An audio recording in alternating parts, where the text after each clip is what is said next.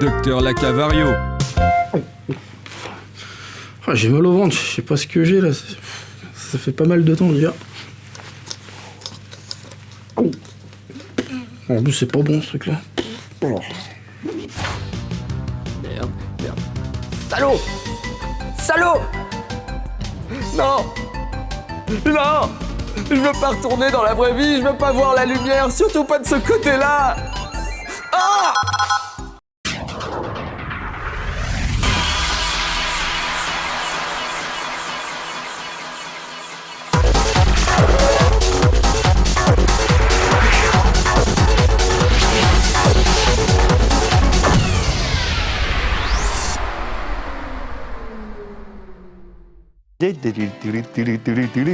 C'est le mercredi, bonjour, mercredi, je vous fais tout de suite le sommaire, vous allez voir, ça va être incroyable. Critique flash, Rose Strip Light, vous êtes gâtés, hein. La minute du geek, et là attention, pour moi une grande nouveauté, London Café. Et oui, vous avez bien entendu, ce n'est pas Tokyo Café, et ce n'est pas une anglaise qui présente, mais toujours Suzuka, donc je sais pas pourquoi, on découvrira ça pourquoi. Sans doute dans l'émission, j'aime bien dire pourquoi plein de fois de suite. Et tout de suite, les news. Pourquoi les news? Ça, il n'y a que Alex qui a la réponse.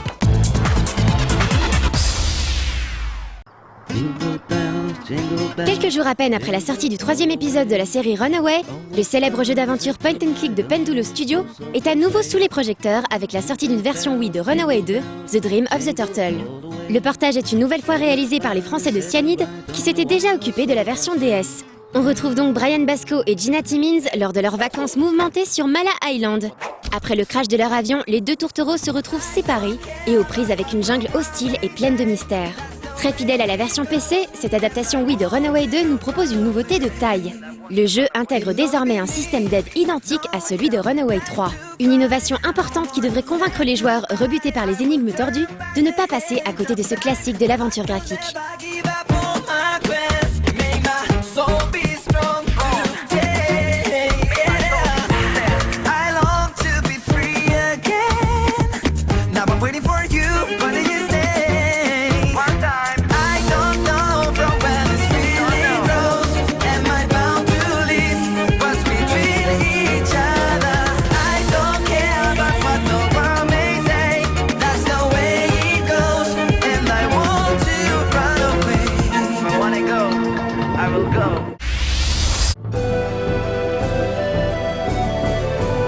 Après 5 ans d'existence, Dofus, le MMORPG créé par Ankama, vient de passer en ce début de mois de décembre à la version 2.0. Comprenez que le jeu a connu une refonte graphique globale et une réécriture complète de son moteur de jeu. Vous aurez donc droit à des personnages et des décors plus détaillés, ainsi qu'à une interface repensée pour être plus intuitive. Si la mise à jour est gratuite pour les abonnés, un coffret collector est disponible dans le commerce pour environ 30 €. Il contiendra un certain nombre d'avantages virtuels, ainsi qu'un tas d'objets réels comme une figurine, une carte du monde des 12, ou encore un CD audio incluant les musiques officielles. Rendez-vous sur le site du jeu pour connaître tous les détails.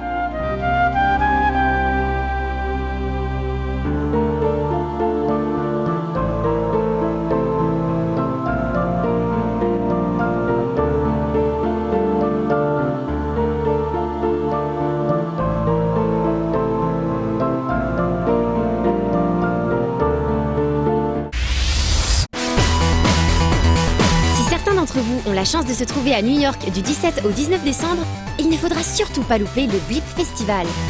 Fêtant sa 4e année d'existence, ce festival rassemble la crème de la scène chiptune du monde entier pour des ateliers, mais surtout pour des concerts à l'ambiance exceptionnelle.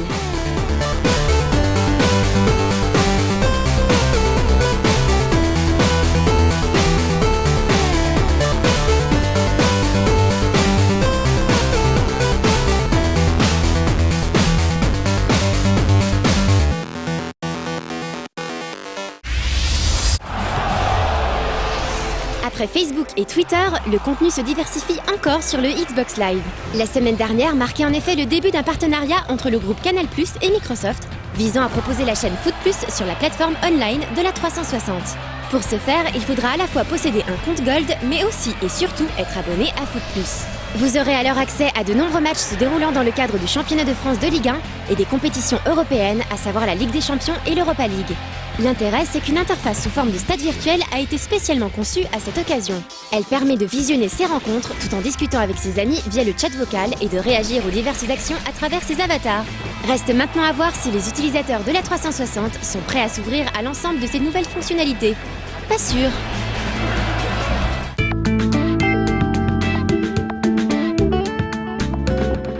Donc on va voir la critique flash de WireWay. Figurez-vous qu'on a écrit que c'est un petit jeu où on propulse un perso à l'aide d'élastiques. On dirait du Nicolas Robin, les jeux dont on a perdu. Mais non, c'est la critique flash. Et c'est sur DS et c'est Konami en plus, donc ça va être bien. Ah, on sait pas, en fait, j'en sais rien. Vous me direz. Depuis quelques temps, on voit arriver sur console portable toute une vague de jeux au graphisme stylisé, mettant en avant l'importance du gameplay. C'est encore le cas avec WireWay sur DS, un puzzle game édité en cette fin d'année par Konami. Développé par le studio vétéran Now Production, à qui l'on doit récemment les jeux consoles de la licence Bakugan, WireWay se posait comme un petit jeu rafraîchissant, exploitant les possibilités de l'écran tactile de la DS. On incarne Wily, un petit extraterrestre très intéressé par une matière magique appelée l'élan, découverte par son compagnon. Les deux amis se mettent donc en route pour essayer d'en récolter un maximum et éventuellement de la revendre via un site d'enchères sur internet. Cet élan est en fait représenté par des petites étoiles que Wily doit attraper en sautant d'élastique en élastique. Un gameplay somme toute très proche de jeux comme Mr. Slime Jr, Go-Go Cosmo Cops et dans une moindre mesure de Maestro Jumpin' Music. Au premier abord, ce titre semble on ne peut plus sympathique. Les dialogues sont très drôles, les graphismes mignons, le prix très réduit, on peut jouer à plusieurs, un éditeur de niveau est présent, mais WireWay souffre du syndrome « on a trouvé un concept et c'est bien suffisant ». Certes, l'idée de tirer sur les cordes s'accorde parfaitement à l'usage du stylet et de l'écran tactile, mais ça ne suffit pas. Le gameplay étant finalement très brouillon. On ne voit pas très bien où on lance le personnage, notamment à cause de la séparation entre les deux écrans qui est assez mal gérée, et de l'impossibilité de dézoomer pour voir où l'on se trouve. Une fois de plus, comme ce fut le cas avec Yoshi Touch & Go par exemple, ou nombre de jeux Wii, on a l'impression de se retrouver face à une démo technique destinée à mettre en avant les nouvelles manières de jouer de la console. D'autre part, on se rend rapidement compte que c'est typiquement le genre de gameplay proposé par de nombreux jeux flash sur le net. Des jeux auxquels on ne se consacre finalement que quelques minutes, entre deux chats, et dont le concept prime sur la longévité. WireWay est finalement un titre symptomatique de la transition parfois difficile de la manette pure et dure vers les nouvelles manières de jouer prônées par Nintendo. Et l'usage du stylet, du double écran ou de la Wiimote ne peuvent se suffire à eux-mêmes. Le jeu se doit d'aller plus loin que son concept ou de l'utilisation gadget des accessoires de la DS et de la Wii. Surtout quand ce concept n'a finalement rien de neuf.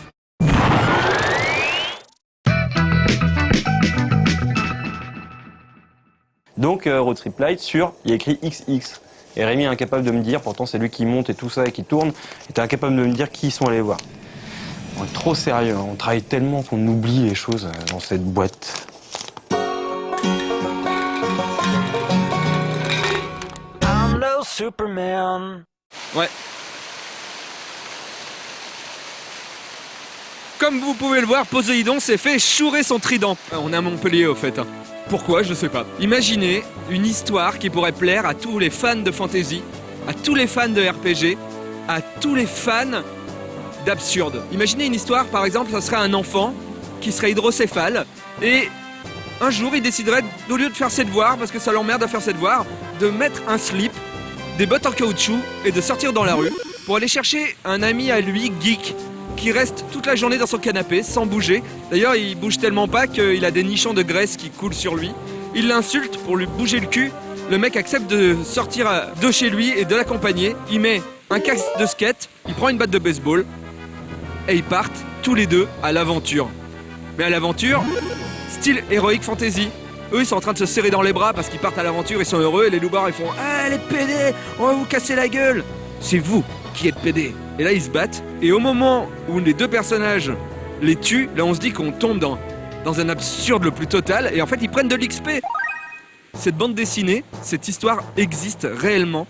C'est Joe Daly qui l'a écrite. Ça s'appelle Dungeon Quest. C'est un trait hyper comique. On sent que l'auteur a été influencé par la bande dessinée américaine. Ça, c'est clair. Pourtant, c'est un dessinateur sud-africain à qui l'on doit l'album aux éditions L'Association. Et cette bande dessinée est tout simplement magique. C'est-à-dire qu'on est dans un monde bien réel, et peu à peu, l'auteur nous emmène dans un truc complètement absurde, jusqu'à combattre des squelettes, par exemple, des choses comme ça.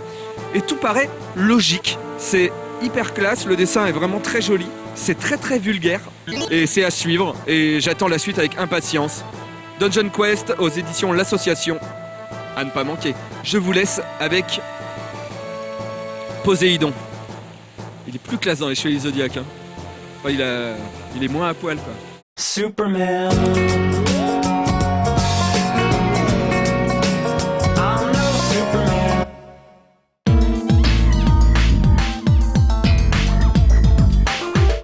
Rémi aime bien quand c'est un peu plus long. Et alors je vais vous la faire un peu plus longue. Rien que ça, j'ai gagné 10 secondes.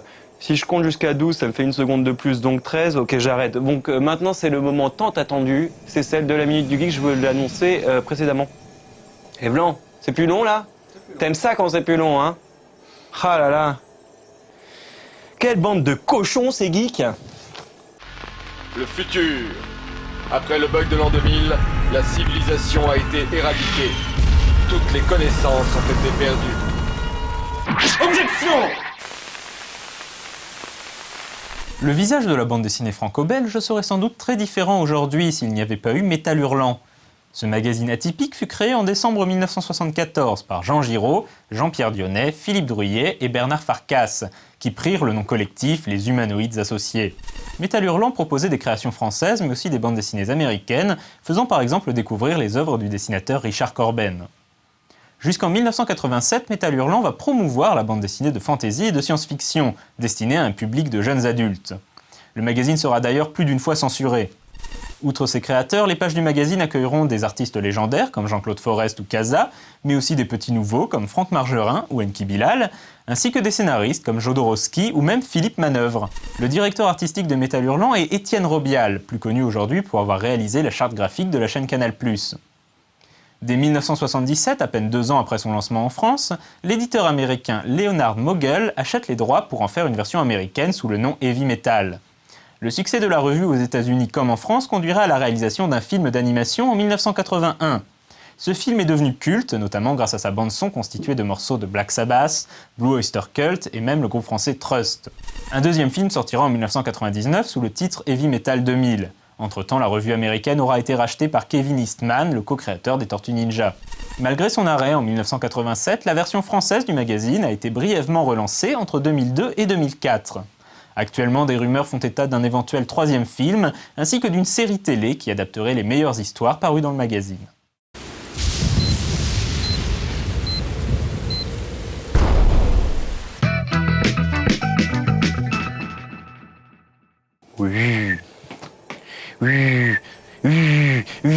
Spécial dédicace. Ok, bon. Je voudrais péter un plomb. Merde, quoi? London Café tout de suite maintenant. Oui, non mais c'est incroyable London Café, c'est même pas Tokyo Café, c'est London Café. Tout fout le camp. Alors?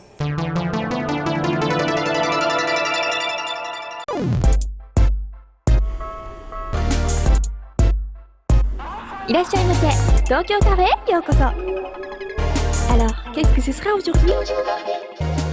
Salut tout le monde, c'est Suzuka. 私なんて出張でイギリスに行くことになりましたって電話したらなんと小野洋子さんが約束することできたので小野洋子さん。 J'ai appris que t'allais à Londres et en fait en ce moment je collectionne les Tamagotchi et là-bas ils ont une collection qu'on peut voir que là-bas, c'est les Tamagotchi Music Star et en fait c'est des Tamagotchi, ils jouent des groupes de musique et tout, c'est super bien, on peut les avoir que là-bas et je voulais savoir si tu peux m'en ramener. いや無理無理マジ無理だって私こんな小野洋子さんに会うんだもん。まあしょうがないね。今日は諦めて今 Merci 回は。 beaucoup, merci beaucoup, c'est très gentil, merci. いらないし、いら Arigato, ない merci. し、これいらないし。 So, what will it be today?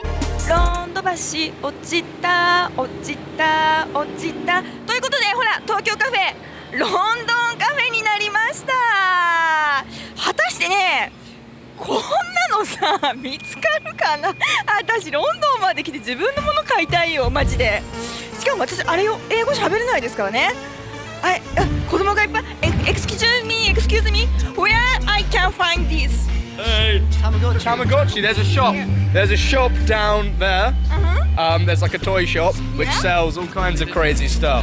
Why do you want one? That's the question. For my これなんですかね for my children. Oh, for your children. いや Okay. Okay. ありがとう Thank you very much. Thank you. Have a good day. Bye. の主人ジョンティですよ、ジョンティですよ。たまごっちしてましたね。ロンドンですよ。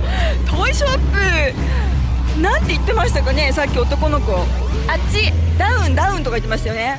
ちょっとダウンしましょうか。これさ、ロンドンの信号ってさ、どれを見ればいいの？今みんな渡ってるから渡ろう。駅がねそこなのね。なのでたまごっちって言えば私もねスペシャルバージョンの天使ッチとかね持ってましたよ。すぐ飽きちゃったんだけどね。あ、なんか素敵なカフェ発見です。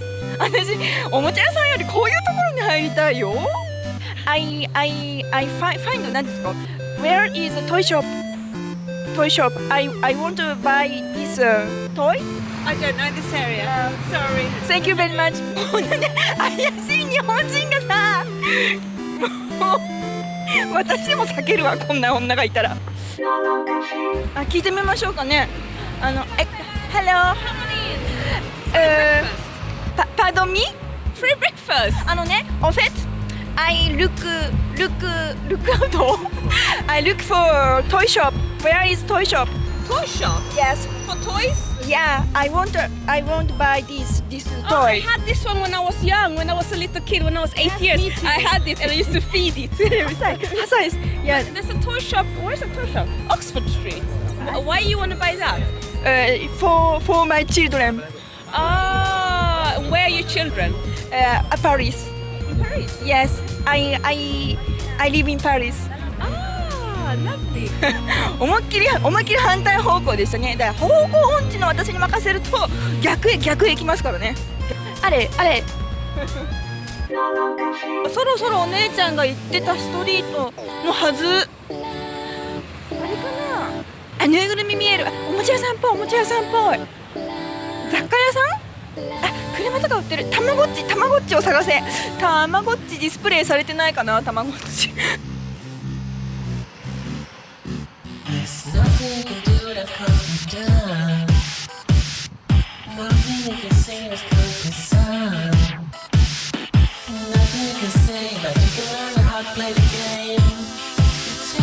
わかんないからお店の人に見せたの。そしたらね、たまごっちって言われて、ここにはないんだって。なんかね売ってないよこんなところじゃって言われて、なんか教えてもらったので行くか。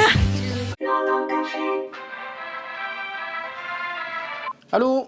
Allô, la cave? J'ai beau chercher quartier de mon hôtel. De mon nez, je trouve rien. Hein? Mais il y en a plein partout des Tamagotchi à Londres. En plus, c'est les Music Stars, ils sont disponibles que là-bas. Pour essayer de continuer de chercher, il faut prendre le métro et aller, je ne sais pas, c'est où. Non, mais il me les faut absolument, s'il te plaît, quoi. Je peux pas faire sans.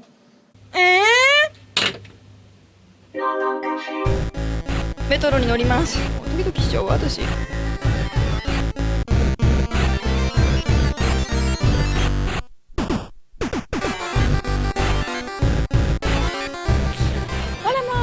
ここどこかしら？さて、Excuse me, I'm looking for Harrods, s'il vous plaît, please. Yes. Thank you so much. Thank you.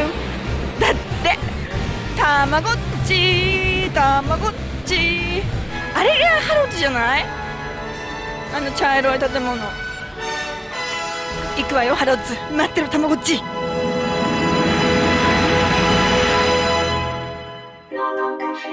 よし、ただいま。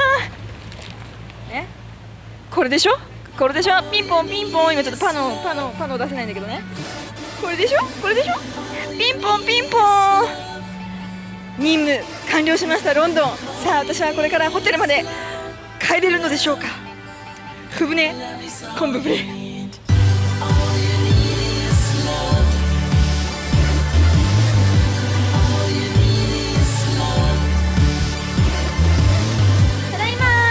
Ah, bonjour Suzuka. Tu les as trouvés? Oh, merci. C'est ça l'orange. que tu as Oui, acheté? c'est l'orange et le rose. Oh, ils sont super.